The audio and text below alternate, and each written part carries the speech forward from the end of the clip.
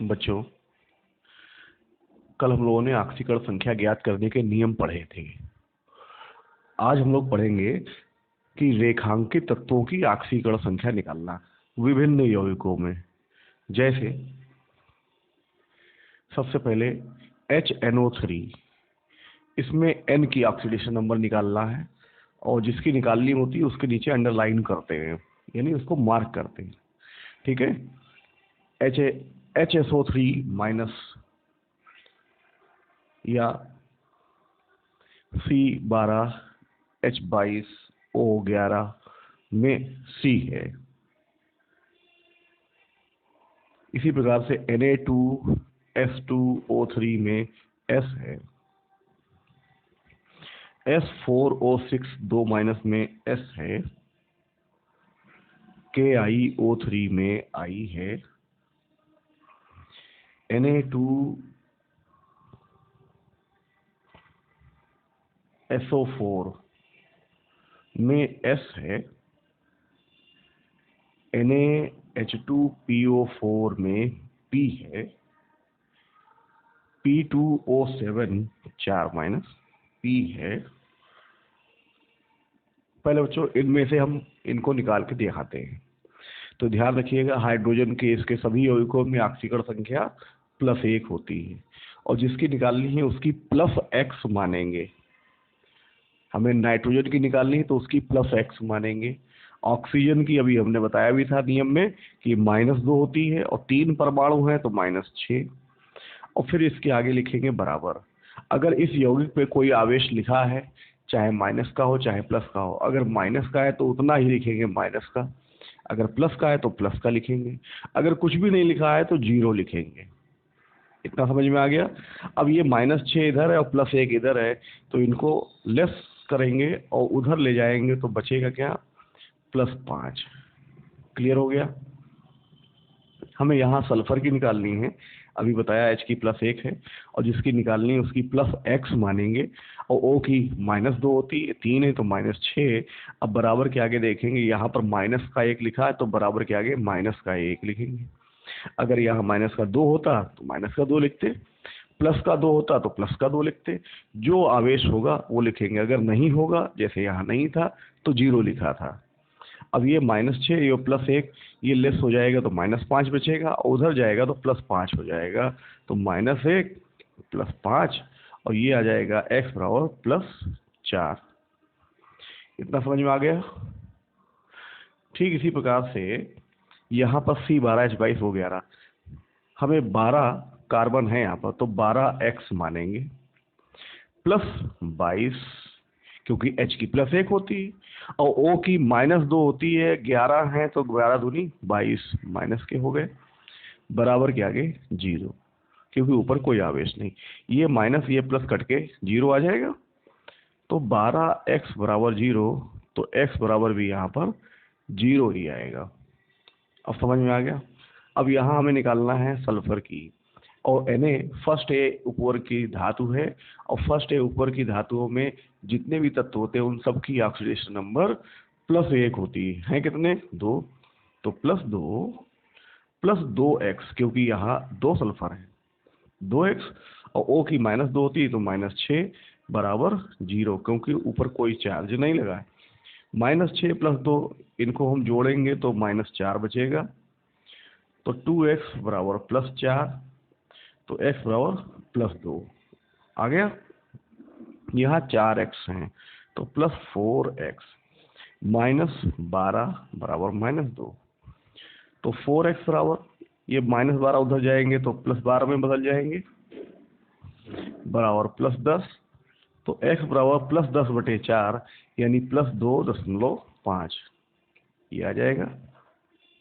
K की first A का धातु है तो +1, I की निकालनी है +x, O की -2 होती है तो -6 बराबर 0 और ये इसमें लेस करेंगे तो -5 बचेगा, जो उधर जाके +5 में चेंज हो जाएगा। हमें Na2SO4 में इसकी निकालनी है। Na की बताया था कि हर जगह +1 होती है, तो यहाँ 2 है तो +2 +x माइनस, चूंकि O की -2 होती है, 4 है तो -8 बराबर 0, तो x बराबर क्या आया +6। Na की +1, H की +2 होती है तो +2, P की +x निकालनी है, O की -2 होती है तो -8 बराबर 0। तो ये 2 और 1 3 हैं प्लस के, 8 हैं माइनस के, तो ये आ जाएगा x - 5 बराबर 0। तो x बराबर +5। ठीक है, यहाँ P2 है तो +2x, O की -2 होती 7 है तो -14 बराबर -4। तो 2x बराबर -4, और ये माइनस वाले उधर जाके +14 में बदल जाएंगे, तो 2x बराबर +10। तो x बराबर क्या आ गया, +5। इतना हो गया। आक्सीकरण संख्या निकालना कुछ कुछ समझ में आया है। ठीक, और उदाहरण देखते हैं। FeCN का होल 6, इसके ऊपर 4 माइनस के हैं, इसमें Fe की निकालनी है। K3Mn F6 में Mn की निकालनी है, O3 में O की निकालनी है। हमें मालूम होना चाहिए साइनाइड एक प्रकार का आयन होता है जिस पर -1 होता है। ठीक है, X मानेंगे Fe की निकालनी है तो X, और Cn के भी हमने बताया -1 होती है, तो कितने हैं, 6 हैं, तो -6 बराबर -4। तो F बराबर -4, ये उधर जाएंगे +6 में बदल जाएंगे, तो X बराबर +2, +3 +x, क्योंकि K की +1 होती है, 3 है तो +3 हो गया x, और F की -1 होती है, 6 है तो -6 बराबर 0। ये -6, ये +3 लेफ्ट होंगे तो -3 आ जाएगा, और उधर जाके +3 हो जाएंगे। और O3 ये स्वतंत्र अवस्था का अणु है, तो इसकी आक्सीकरण संख्या 0 ही रहेगी। अब समझ में आया। और उदाहरण लेते हैं। K2CrO4 में Cr की निकालें, NH4 प्लस में N की निकालेंगे, AlPO4 में P की निकालेंगे, K2MnO4 में Mn की निकालेंगे,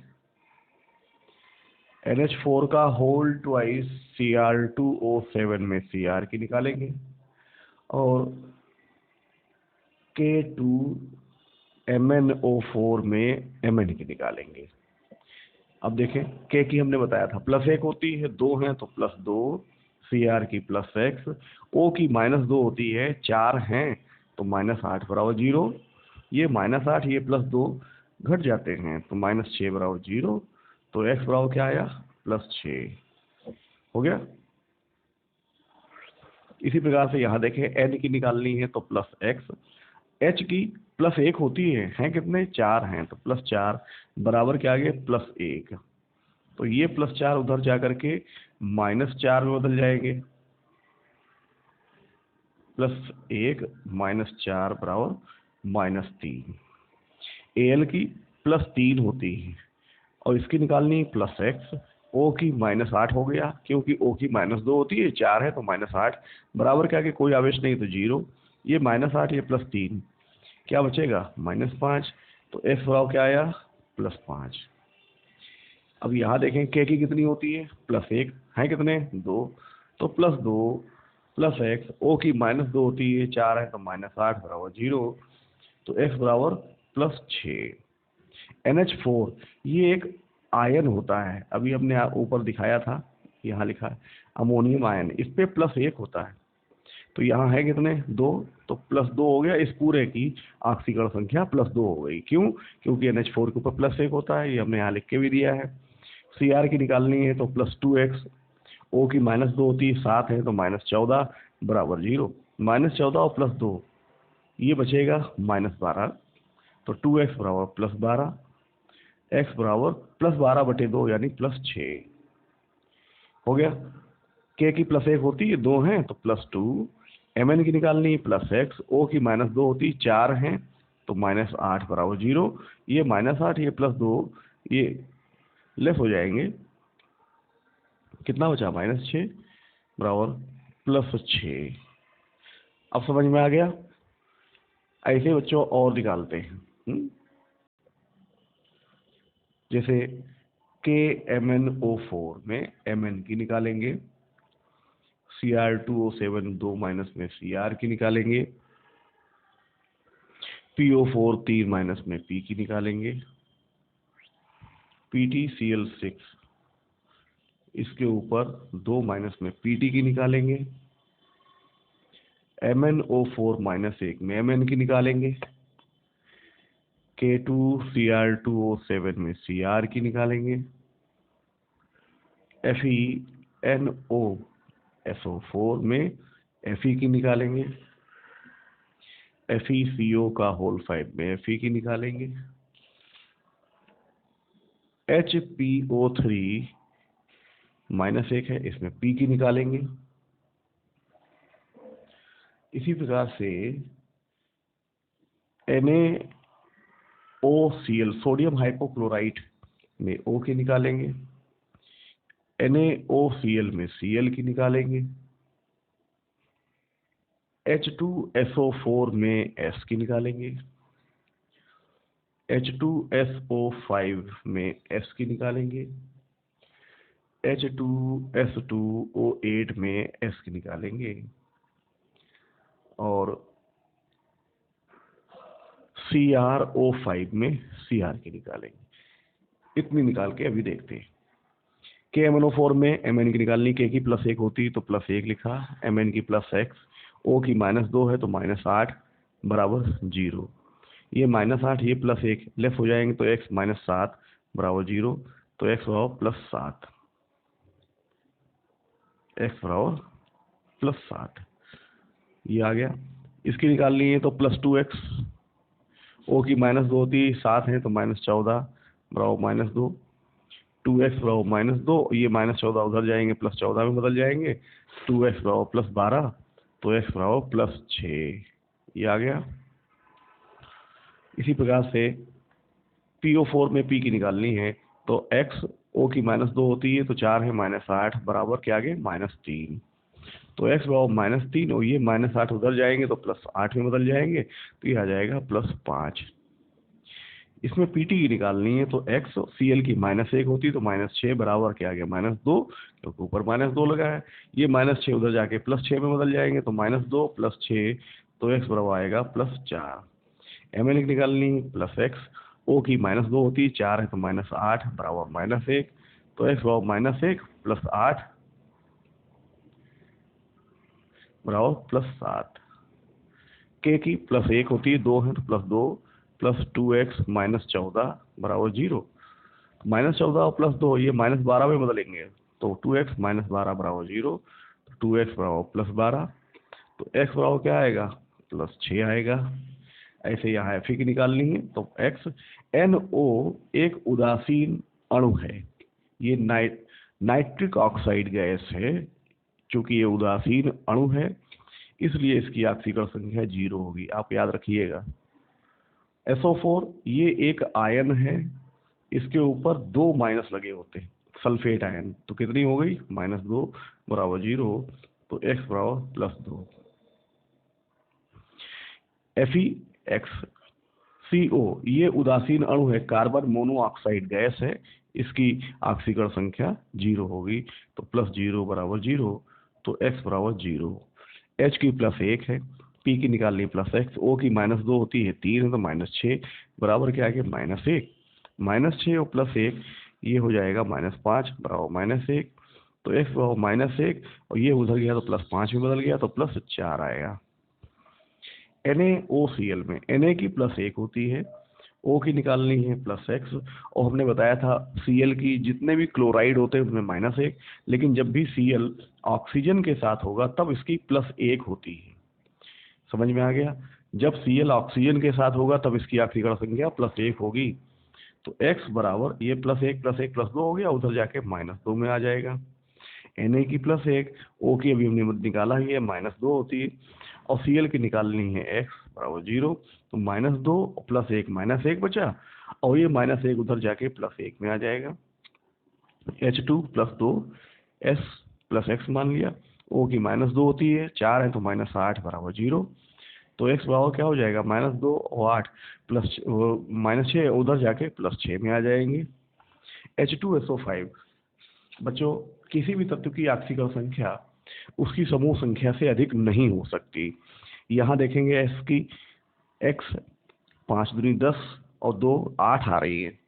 चूंकि ये 8 आ रही होना चाहिए, सल्फर है तो छठे समूह में, यानी इसकी ऑक्सीकरण संख्या 6 से ज्यादा नहीं हो सकती। तो हम इसकी संरचना को बनाएंगे पहले।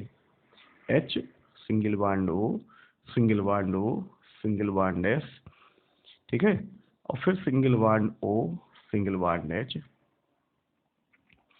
ये हमने संरचना बनाई, ठीक है। जितने भी पेरोक्साइड बंध होते हैं उनमें ऑक्सीजन की ऑक्सीकरण संख्या -1 होती है, बाकी सब में -2 और H की +1। अब हमें S की निकालनी है, तो देखो H कितने हैं, 2 हैं, तो +2। S कितना है निकालना है, तो +x। O के 5 हैं तो गिन लो, 2 2 4 2 6 7 8, -8 बराबर 0।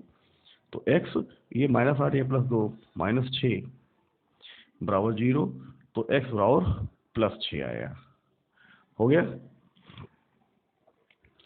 इसी प्रकार से यहाँ देखेंगे 8 दूनी 16 में से 2 गए, 14 बचेंगे और ये 7 आएगी यहाँ पर ऑक्सीकरण संख्या 7। ये भी नहीं हो सकता है, तो हमें इसकी भी संरचना बनानी पड़ेगी, जो हम डायरेक्ट बना ले रहे हैं। HSO3 single bond O, single bond O, single bond SO3H। यहाँ देखो पेरोक्साइड बंद आ गया, बाकी यहाँ ऑक्सीजन में -2 रहेगी इन दोनों तरफ।